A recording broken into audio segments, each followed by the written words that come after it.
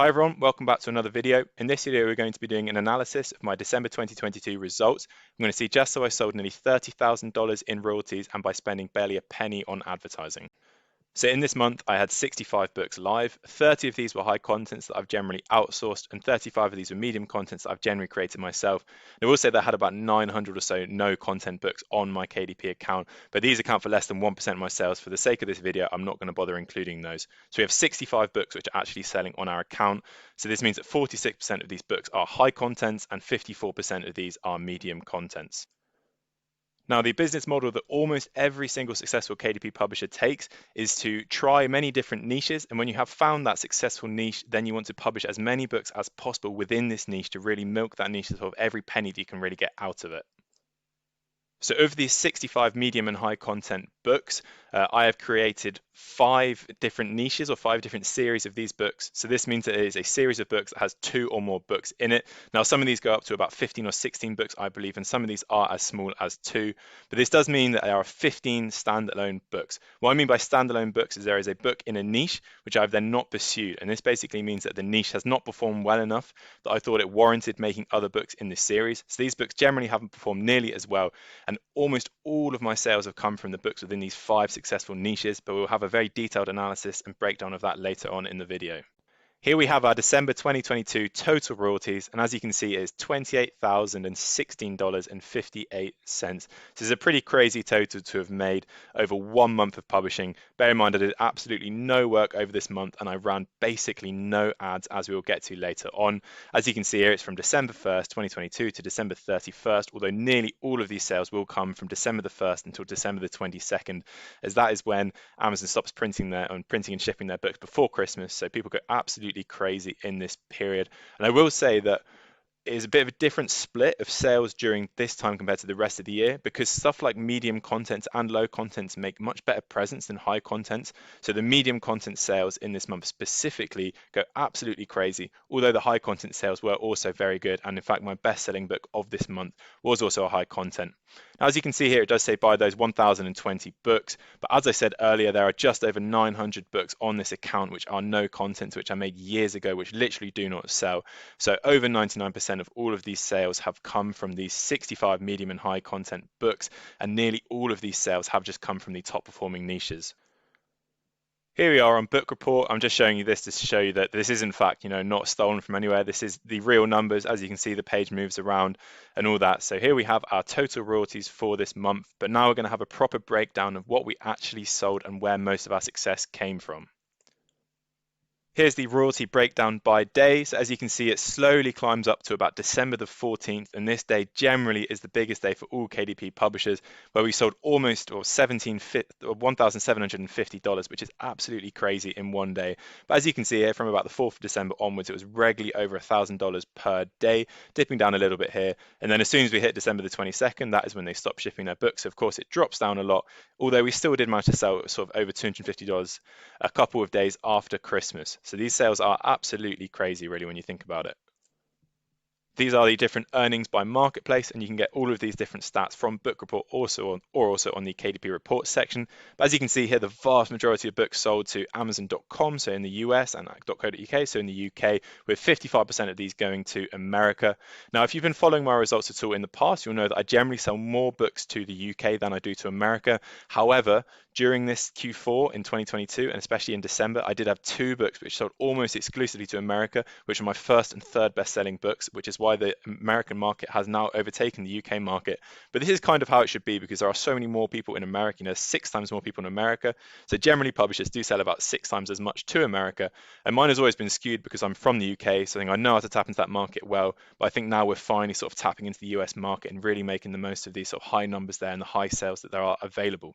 As you can see, 3.4% to Canada, and Canada is a fantastic place to advertise to and to sell to, because there are a lot of people that use Amazon in Canada, and you get some really, really good ACOSs there if you are advertising. And then 1.6% to Australia, And Australia's been a marketplace which is up and coming so much in KDP, and so many authors are not making the most of the Australian market, and so many of them aren't advertising there. And you can literally have an ACOS of like 8 or 9% in Australia if you run some good ads. And there's so little competition, you can win a lot of bids by this. And although it's only 1.6% of these sales, this is a free 1.6% of the sales that you really want to try and tap into, because so many other publishers are missing out on these. And then, as you see, there's about 1% to all of the other countries, so including Germany. But I do not advertise to any countries that are not native English speaking. I have tried in a few countries like France and Germany without great success. So in my opinion, I just leave these ones to run and get a couple of organic sales. But obviously the vast majority and vast bulk of sales are coming to these native English speaking countries. Here's the individual breakdown of the earnings by book. I think of about the top 14 or so books. So as you can see here, there's a 28,000 in total. That means it was 9,308 orders. So we're getting pretty much on the dot $3 per order, which is fantastic. And then here we have the sort of Kindle pages read, so only 1,512. And as you'll know, the vast majority of my sales come from paperbacks. Kindle ebooks do not make up very much of it. And we do also have some audiobooks running, which we're not showing in this video, but I think these only got me about $100 in this month. So they are minimal compared to the paperback sales. As you can see here, we have our top book, which sold nearly $6,000 in the month of December in 2022. And this is by running absolutely no ads on it. So that's all profit, which is absolutely crazy. And this book was very American dominated. So all of these sales, or about 80 to 90% of these sales, were to the US, and then quite a few to Canada as well. And here we have a few other books. We have sort of 5 books in total doing over $1,000 a month. And once again, as I said, this third book down here was also very similar to the top book, and it was very American dominated. And this book performed extremely well, selling almost 800 copies and over $2,600.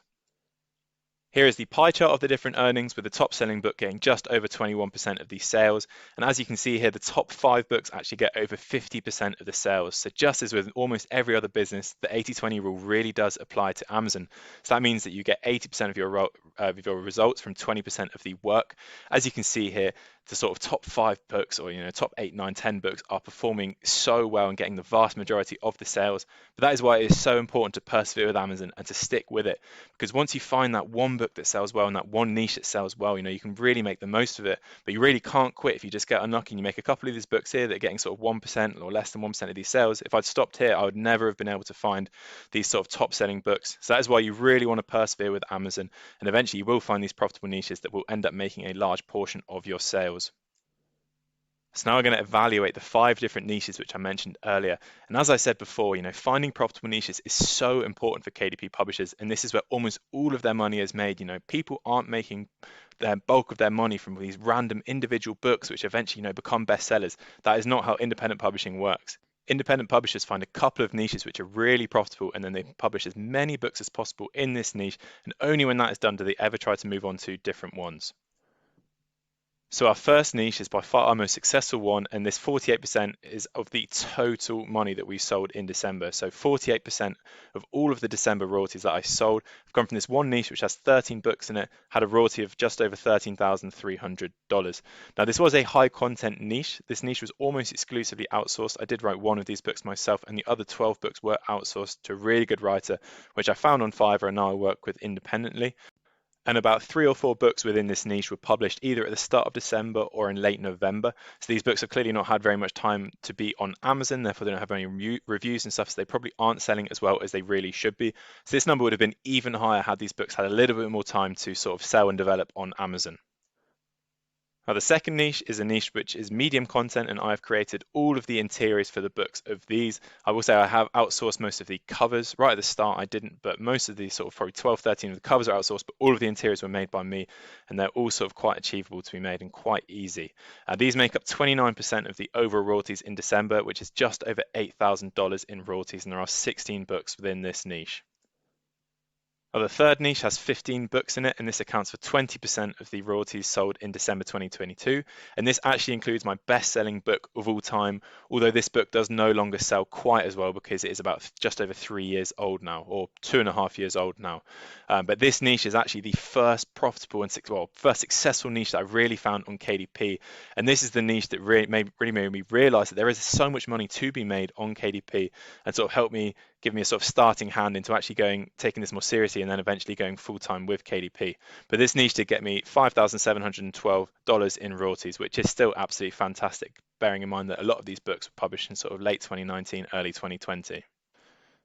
Now, this brings us to niche 4, which, as you can see, has had much less success than the other ones. Although, because I've published 4 books within this niche, I've still sort of deemed it worthwhile to publish more in them. Now, these are 4 high content books, and I will say that these books just don't really sell that much better in Q4 than they do throughout the year. So if you remember earlier, these high content books, they generally sell pretty well all year round and don't have a massive spike at Christmas.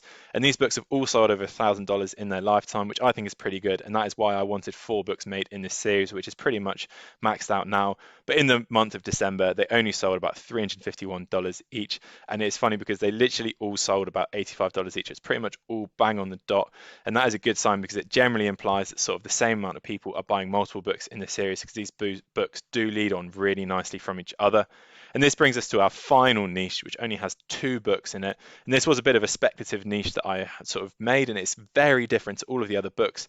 And once again, it's a high content written by the same person, and the writing is absolutely fantastic in all of these, and they've all had really good reviews. We've had the same people even sort of comment on and leave reviews on multiple books in this series, which is great because it means people are buying multiple books in the series, so they clearly enjoy it. But these 2 books got me $370 in royalties, so still pretty good, not bad. And both of these books have both done well over $1,000 in their lifetime, I think, with one even doing $3,000. So they have still performed extremely well, and it was worth creating a second book in the series. Here is a pie chart showing all of the sales that our niches got compared to our overall sales. So here, niche 1, which gets us about 48% of our sales. So these 13 books, if you remember from the previous slide, pretty much getting us half our sales.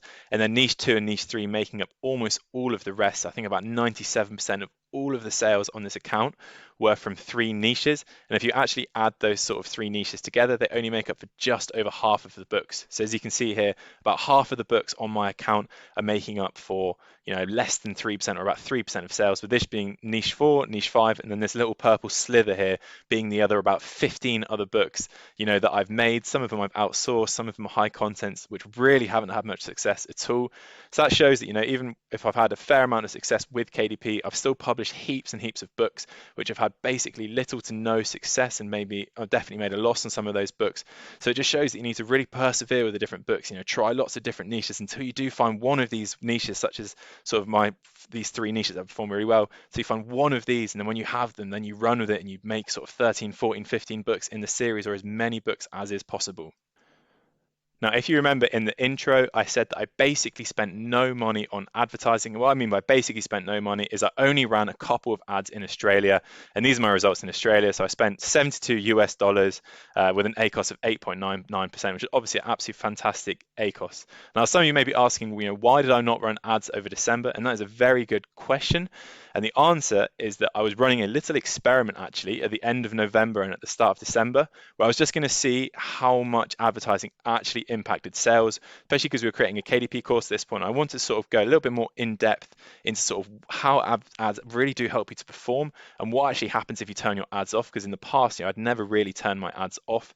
And to my surprise, I actually sold really well, over this period. So I actually let this little experiment run on over December. So we had 0 ad spend in the UK, in the US, and in Canada. I will say that, I've turned ads back on since, and I do think ads are really important to run, but it was a very interesting experiment to see how well the books performed without ads, and they did a lot better than I thought they would. Now, the main thing that I learned by turning my ads off is how well books actually perform with no advertising if they have actually already performed very well on Amazon. So that means that if they've been selling very well in the past, if they have a lot of reviews, then the algorithm still really likes these books, and it was actually still bumping my books almost to the top of search pages almost every single time without these ads. But a lot of these books, have 50, 100. I have one book with over 400 reviews. So of course, these books performed really, really well, and arguably they sold just as much, if not more profit without the advertising. But I did release a few newer books around this time, and I didn't run ads on these. And these books then did suffer by not running ads, because you really do need sort of that proof of concept. You need these good reviews. You need them to bump it up the algorithm for Amazon, sort of put them up at the top of the page and for people to buy them.